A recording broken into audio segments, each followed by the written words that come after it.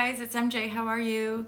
I want to talk about the infinity symbol and this really cool kind of inspired thought that I got about infinity. And it was really coming off the back of, like, I guess, division, right? And you guys know that I've, had my days as a feminist and studying women's studies and now expanding into consciousness and coming into unity and really desiring to, like, not be talking in that kind of divisive way anymore to make it men against women or anything like that. At the same time, collectively, we do have programs that are more relatable to women, and we have programs that are more relatable to men, and we also have bodies which tend to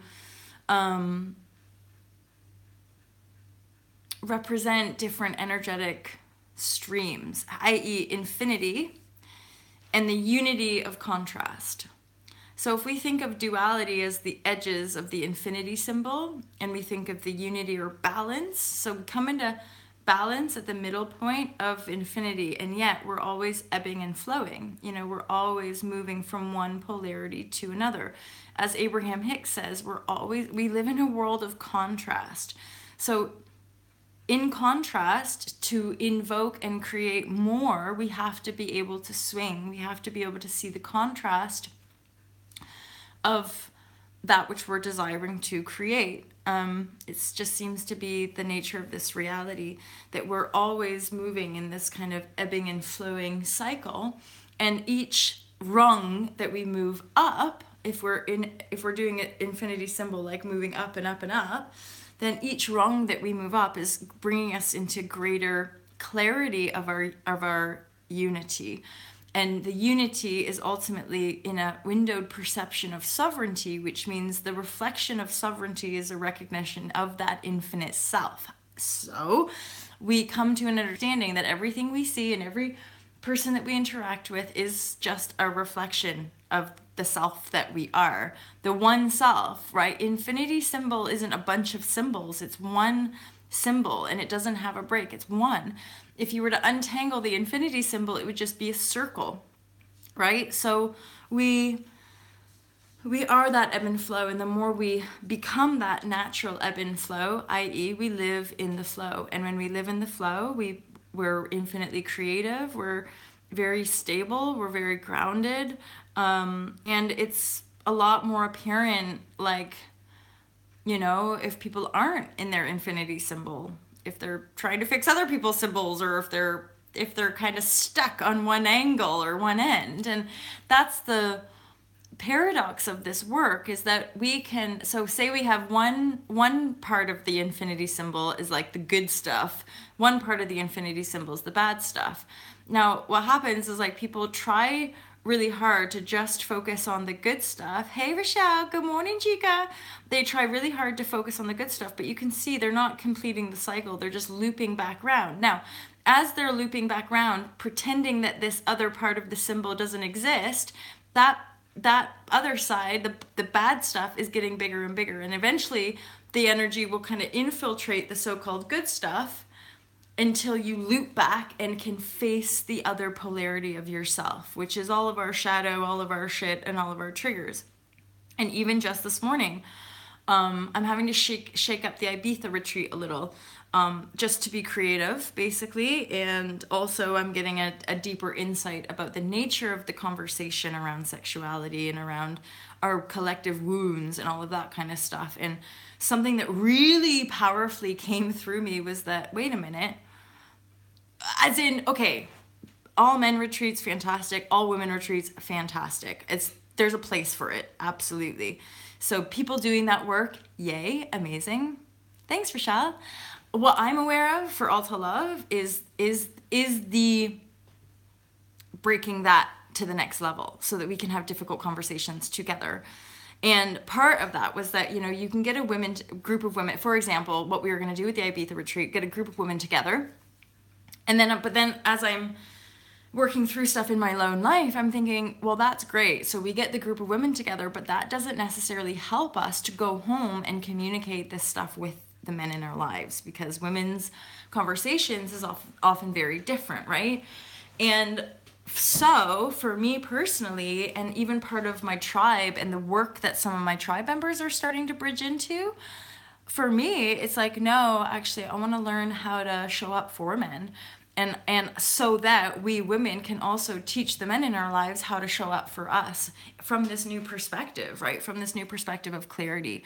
And because it's powerful stuff and there's a lot of wounding, right? So we need to be clear reflections for one another to rise above it and be able to engage in sacred sexuality, real pleasure, and not from a place of mistrust and fear, because for me personally, and I imagine it relates to the collective, but there is a lot of trauma and fear around our bodies and around sexuality and possession and even just speaking up about this stuff. So the way the triggers come up are powerful, but it's really important in this present day moment that the men in our lives don't feel like they're being attacked. And that's like a really important messaging from my heart, is like to offer the men in my life it's basically like, just say, just because I'm emotional, it doesn't mean that I'm blaming you for my pain. To me personally, we have to be able to look at the collective story, the collective pain body, and actually forgive ourselves and forgive other. So forgive the pain that we've been in. However, if the men in our lives are constantly defending themselves and constantly pushing away the depth of our pain, that doesn't allow us to heal. That just means that he's still protecting his ego and not wanting to have to look deeper at the fact that there might be stuff there. There might be ways that we could honor our bodies more. There might be ways of, I don't know, talking about these things so that we're not attacking one another every time we get offended. And I have a quote on my Instagram page about that we live in a world where nobody gives a fuck about anything, and yet everybody's so easily offended.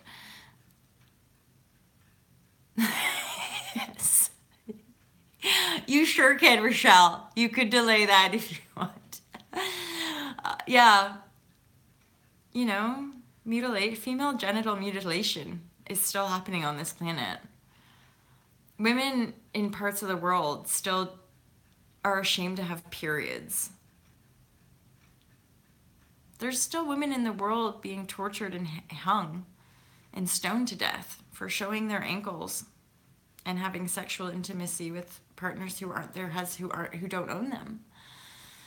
So it's tough, right? It's a tough one, because this work is not about making any people feel bad or feel guilty about all of the problems in the world. And yet what I'm aware of is that until I face my own guilt, I can't take action in an inspired or an effective way. And that's sort of a big part of the piece here, guys, is that we sit around in our little privileged, studios. We are the change, girlfriend. We are the change. We sit around in our kind of little groups and stuff, and then we go away and kind of go back to the quote unquote real world. And that was something that happened after the retreat, a massive shift. And then somebody messaging saying, I feel amazing, I feel so light, I don't think I've shifted so much in one go. And then ... but I feel like I'm having a hard time, or something along the lines of I feel like I'm disconnected from the real world. And all I needed to really say was, but it's not the real world. That's the program. That's the biggest illusion of the program, is that we are programmed to believe that the world out there is real. But this inside, or this lightness, or this freedom, get over yourself. That's not real. But that's the fucking lie. Yes, it is. We can, as beings, choose to live inside rest and peace. That's what yoga is really about. That's what all this spiritual stuff is about. Live in here.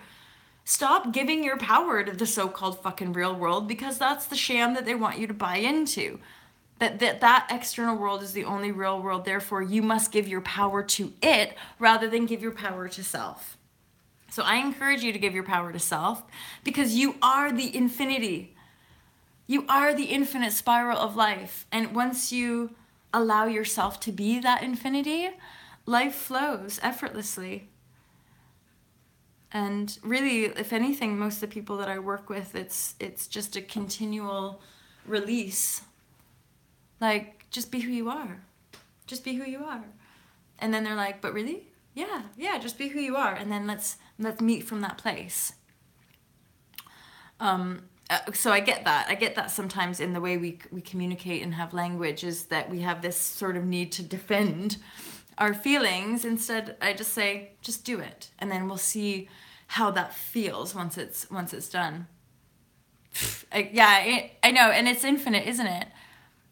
It's this whole idea of like learning all these things. It's infinite, because I find myself like, I'll bottom out, be like, I can't do it anymore, and then new insights will come, and I'm like, whoa, if this height is what that depth brought, then imagine the next height and the next depth, right? And so, however, the depths, even though they're really intense, I do believe that we bottom out with the emotional body, as in, just like in the physical realm, when we're undergoing transformation, the physical kind of bottoms out, as in we hit rock bottom, we skid out for a while, and then we have to rebuild from there. So once we continue on this epic, transformational, infinite, eternal life path, that we will get to a you could say like a spiritual or elevated emotional awareness, where certain levels, I've talked about before as well, but certain energetic suffering patterns, so certain densities that maybe you've carried most of your life, when you keep in earnest doing the work, eventually a whole bunch of those bottom end ones bop out. So then you're not kind of moving up and carrying all this shit with you from your whole life. Eventually that, like, boom, the disparity pops off, and then it's like you're working. So you're working with more subtleties. You're working with more subtle densities, which obviously on a day-to-day feel lifted, feel lighter, feel happier. That is my experience. But the awareness of the depth of the energy is still very much potent and still very real. Hence not ever wanting to give you guys some weird illusion that if you do lots of spiritual work, one day you're just going to be a shiny vessel and that is all.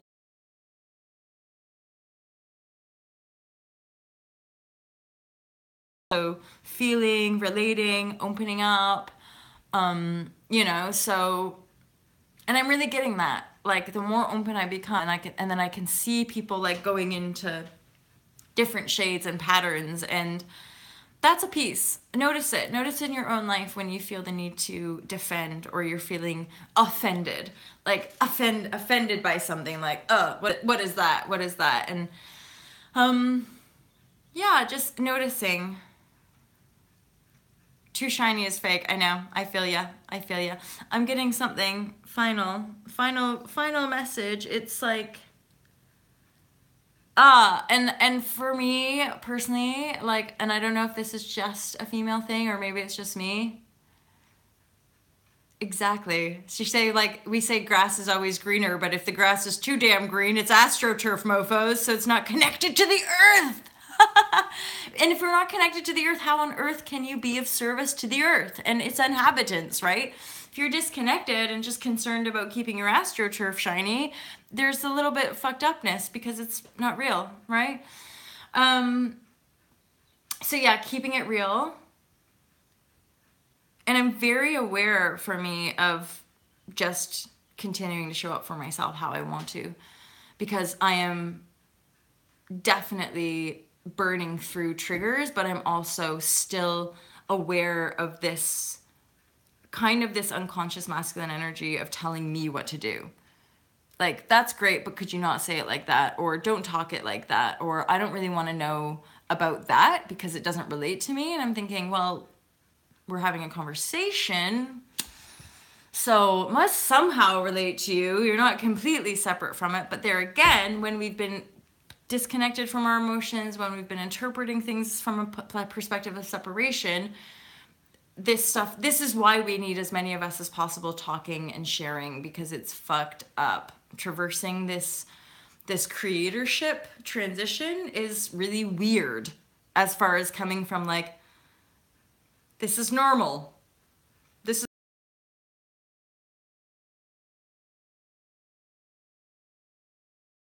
you realize that is, and then the more you break out of that, you realize that it's not just limited, it's abusive and it's pretty enslaved and it's fucked up. And then the more you expand into that, you're just like, you almost start forgetting. That's when the density starts to drop off. It's like you don't even, people call it real world and you're just like, what? I'm the only real world there is because I'm in existence. Real chakra build communication.